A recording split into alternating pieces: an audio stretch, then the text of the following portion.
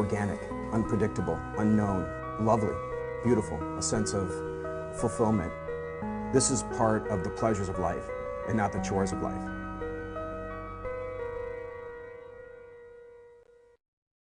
Coming up tonight on Daily Iowan TV, it's time to fight the flu. Find out how, coming up. And Gardens Galore, we take a look at one student organization that's planting seeds. Next. Another exciting win for the Hawkeyes. We'll have the updates coming up in sports. We've got all that and more coming up next. You're watching Daily Iowan TV.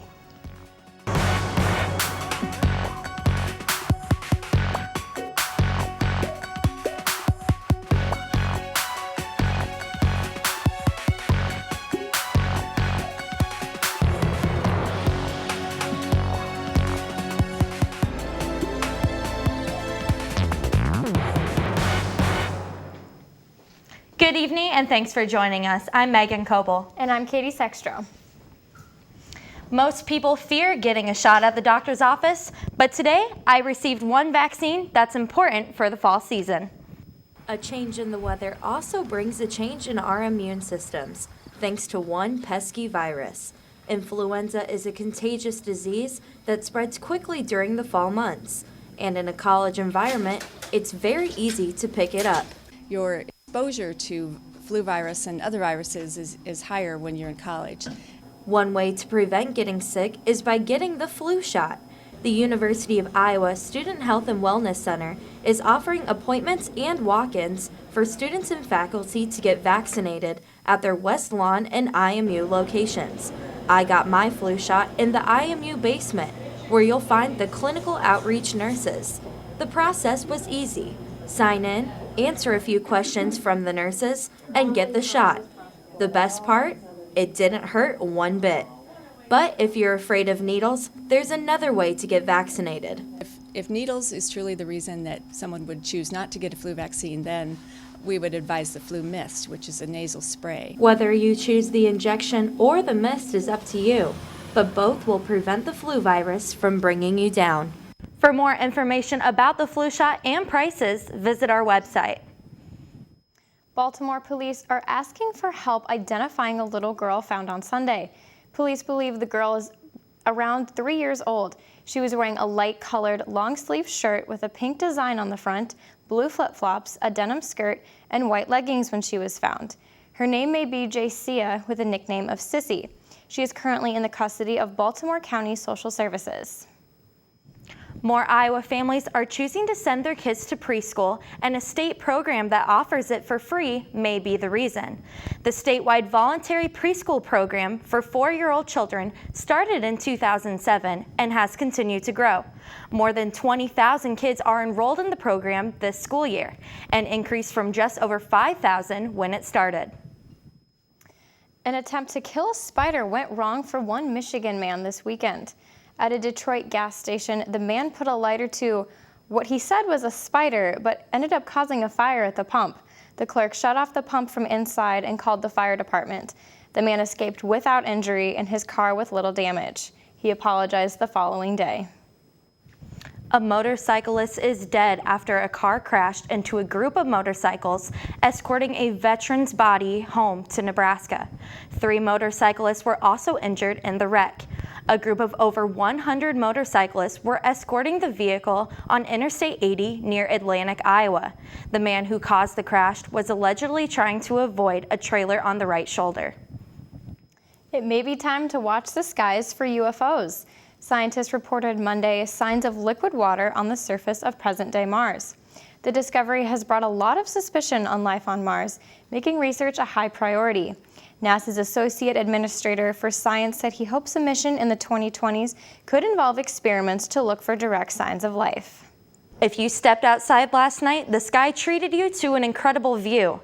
There was a rare combination of a supermoon and a lunar eclipse that could be seen with the naked eye. A small group of people gathered on the Pentecrest to watch the spectacle transpire over the old Capitol. The combination is incredibly rare and won't be viewable again for more than 30 years. Katie, I gotta say, that moon last night was absolutely breathtaking. Yeah, it was. I stood on my balcony for about an hour watching it. Alyssa, did you get a chance to see it? Yes, Katie, I did, and I have to say that it was a perfect night for moon watching. The rest of the week should be cooling off, though. It's time to get your umbrellas out. There's a 90% chance that rain will be following us into Tuesday morning, with temperatures reaching a comfortable 67 degrees. Tomorrow afternoon, we'll see the skies clear up and temperatures in the low 60s.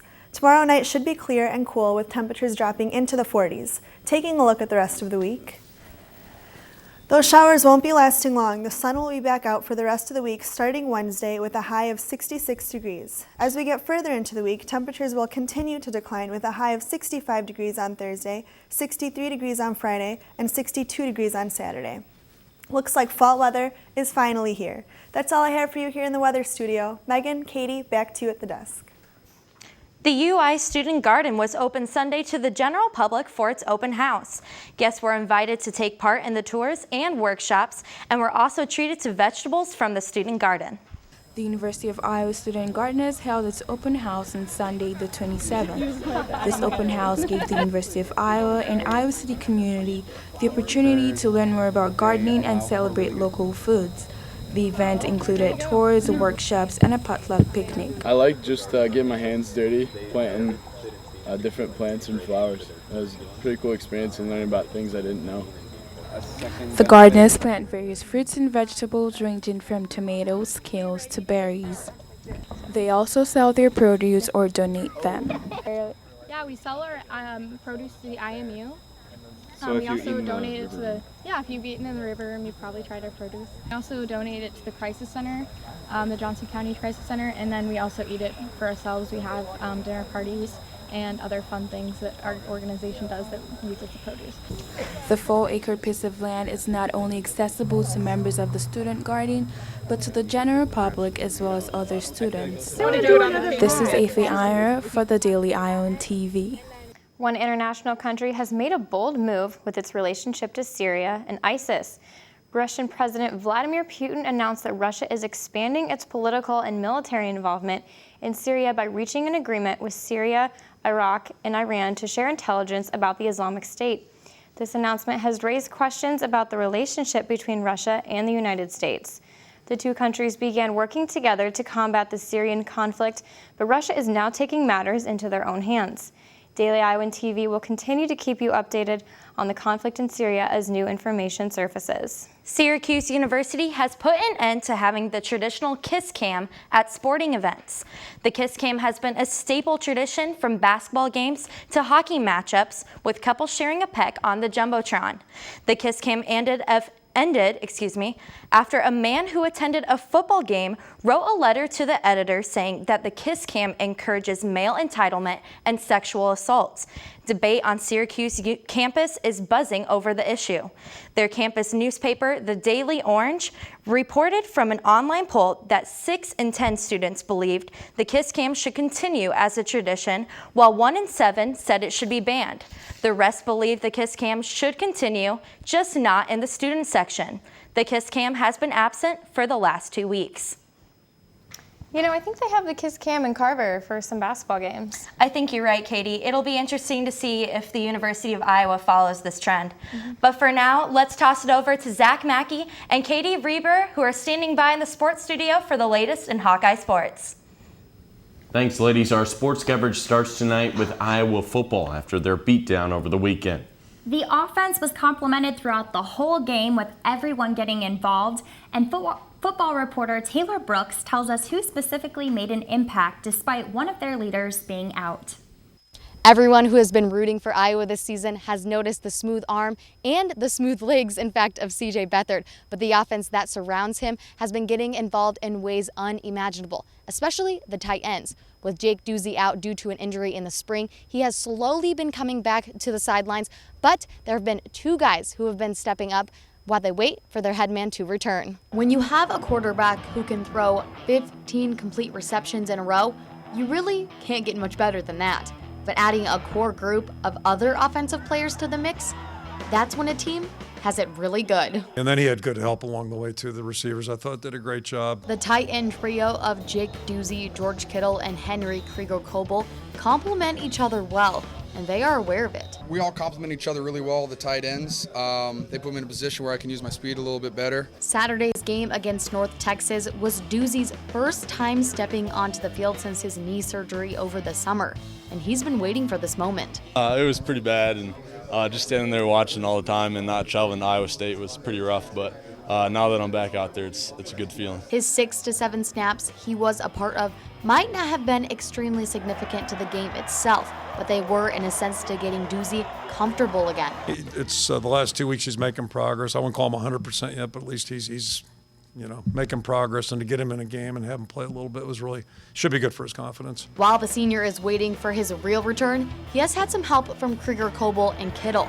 Krieger Coble had 23 receiving yards, while Kittle had 62. The big loss to us when Doozy got hurt in spring ball, and we had full faith that they would step up and do a great job, and they're doing a great job right now. Kittle even had his first touchdown of his career on a 43-yard reception, but he claims to have had a little help from his other tight end. Double teamed Henry, thank the Lord for him, and just left me open. It was nice.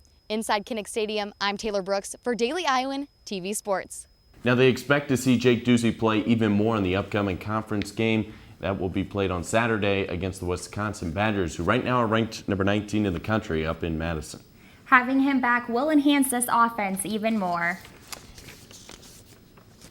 The Iowa-Wisconsin game is an 11 o'clock scheduled kickoff, and it will be nationally televised on ABC. While at the game during the third quarter, Dallas Clark appeared on the Jumbotron in Kinnick to announce a special event taking place next year. Clark announced that for the first time, Kinnick Stadium will be turned into a concert venue as country superstar Blake Shelton will be headlining the event. The event will also feature starting quarterback C.J. Beathard's brother, Tucker Beathard, opening up for Shelton. Now, Katie, am I going to see you at the event? Of course, I plan on making the trip. All right. Iowa soccer had a busy weekend with a couple of Big Ten opponents. I was there for the contest and have the recap.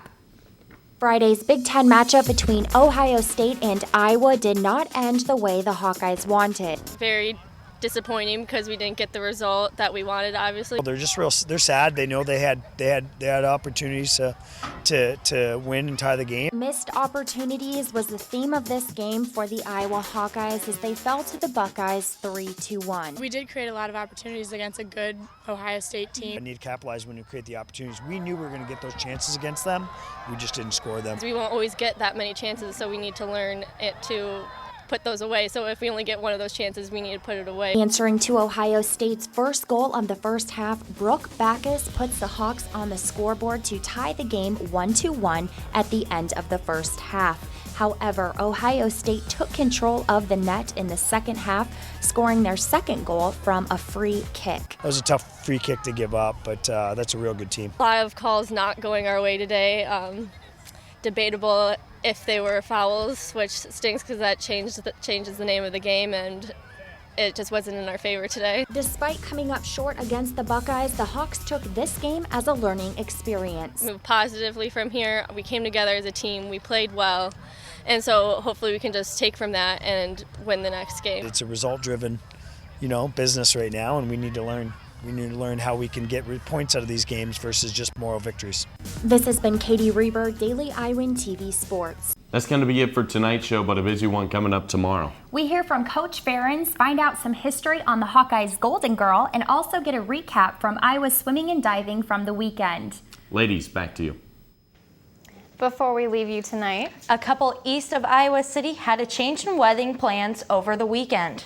After the bride broke her leg on their wedding day, the couple got married in the hospital.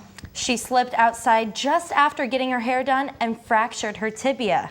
Knowing she needed surgery, the couple asked the groomsmen and bridesmaids to come to the hospital, and they were married in the chapel.